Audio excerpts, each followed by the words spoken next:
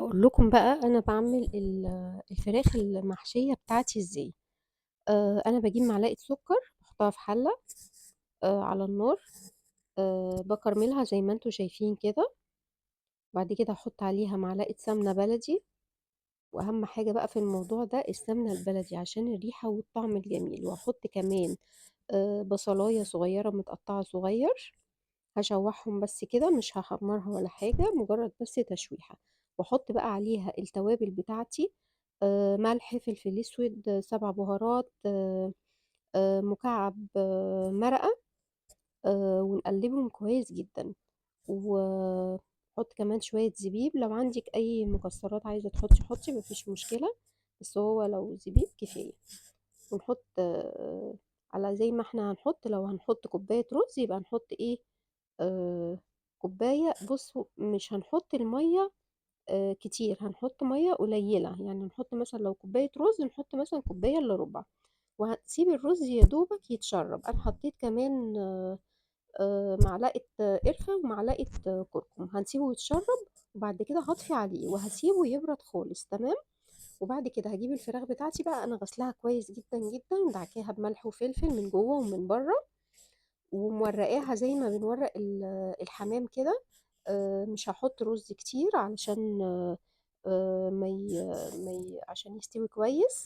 احط يا دوبك جوه كده معلقتين، وفي الجنب ده معلقه والجنب ده معلقه، وفي الرقبه هنا كمان معلقه، وهبططها كده زي ما بنعمل كده ايه في الحمام. زي ما بقول لكم مش هنكتر الرز علشان يستوي معانا كويس، لان احنا ايه مش مسويين، احنا يا دوبك الرز اتشرب الميه بتاعته وخلاص على كده. بصوا زي ما انتم شايفين بقى انا ببطط الايه الرقبه بتاعتي كده. انا في الوقت ده انا مولعه الفرن عشان يبقى سخن معايا.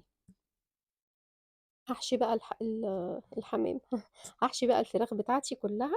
تمام. وهحطها في الصينيه.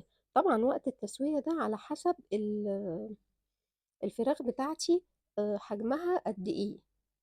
انا طبعا بسيبها، اول حاجه بسيبها مثلا ايه على حسب نص ساعه ساعه كده، وايه سوري نص ساعه ساعه الا ربع كده، وبعد كده ايه ببص عليها. هنا عندي ميه مغليه بنزلها فوق الفراخ. بصوا الجلد بتاعها بيتشد ازاي وبتتظبط معايا ازاي. انا لميت الرجلين بتاعها بورق فويل. الميه اللي انا حطيتها هطعمها معايا، هحط لها ملح وهحط لها بهارات، فلفل اسود، ورق لورا، آه، كمان هحط لها حبهان زي ما انتم شايفين كده. ليه بقى الميه دي بعد كده لما الفراخ بتستوي، مش عايزه اقول لكم دي بينزل فيها البهاريز كلها بتاعه الفراخ، بتبقى تحفه. دي بقى ناخدها احنا بقى مع شويه محشي كده نشربهم بيها، مش عايزه اقول لكم على الطعم وعلى الجمال.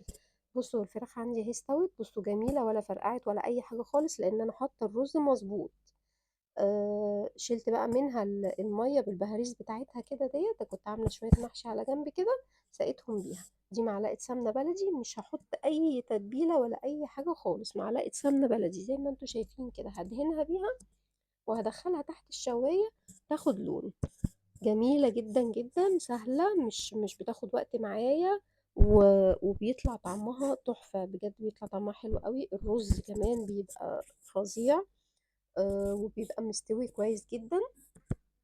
زي ما انتم شايفين احنا ما حطيناش حاجات كتير فيها، وحتى لما حمرناها حمرناها بمعلقه سمنه بلدي من غير اي تتبيله ولا اي حاجه خالص. مش عايزين نغير طعم الفراخ خالص، عايزين طعمها يبقى ايه، الطعم الاصلي بتاع الفراخ المحشيه بالذات. الطعم ده بيبقى تحفه معاها يعني.